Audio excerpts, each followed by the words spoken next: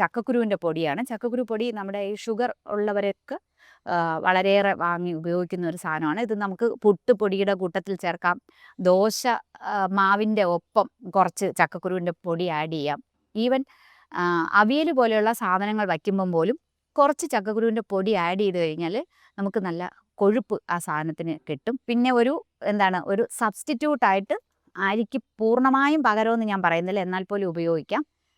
Sugar ഉള്ളവർ ഒത്തിരി പേര് വന്ന് ചോദിച്ചു വാങ്ങുന്ന ഒരു സാധനമാണ്. ചക്കക്കുരു പൊടി തയ്യാറാക്കുന്നതിന് നമ്മൾ ആദ്യം തന്നെ ചക്കക്കുരുവിനെ നല്ല വൃത്തിയാക്കി എടുത്തിട്ട് കഴുകി തോലോടുകൂടെ തന്നെ കഴുകിയിട്ട് നമ്മളതിനെ ഒന്ന് തല്ലിയിട്ട് സ്റ്റീം ചെയ്യാം. അതാണ് എളുപ്പമെന്ന് പറയുന്നത്. സ്റ്റീം ചെയ്യാം. അല്ലാന്നുണ്ടെങ്കിൽ അതിൻ്റെ പുറന്തോല് മാത്രം കളഞ്ഞിട്ട് ഒന്ന് സ്റ്റീം ചെയ്തിട്ട് വെയിലിൽ നന്നായിട്ട് ഉണക്കുക.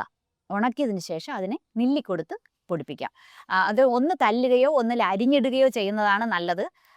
അല്ലാതെ ആയിരുന്നാൽ അവരുടെ മെഷീന് പോലും അത് ചിലപ്പോൾ പ്രശ്നമാവും. ചക്കക്കുരുവല്ലേ. അതുകൊണ്ട് അതിനെ ചെറിയ പീസസ് ആക്കിയിട്ട് സ്റ്റീം ചെയ്ത് ഉണക്കുന്നതാണ് ഏറ്റവും നല്ലത്. അപ്പോൾ അതിൻ്റെ ആ ബ്രൗൺ കളർ തൊലി ഒരിക്കലും കളയാൻ പാടില്ല. പുറത്തെ തോല് മാത്രമേ കളയാവൂ. ഏറ്റവും കൂടുതൽ ചക്കക്കുരുവിൽ ഗുണമുള്ളത് ആ ബ്രൗണിഷ് കളറിലുള്ള തോലിലാണ്.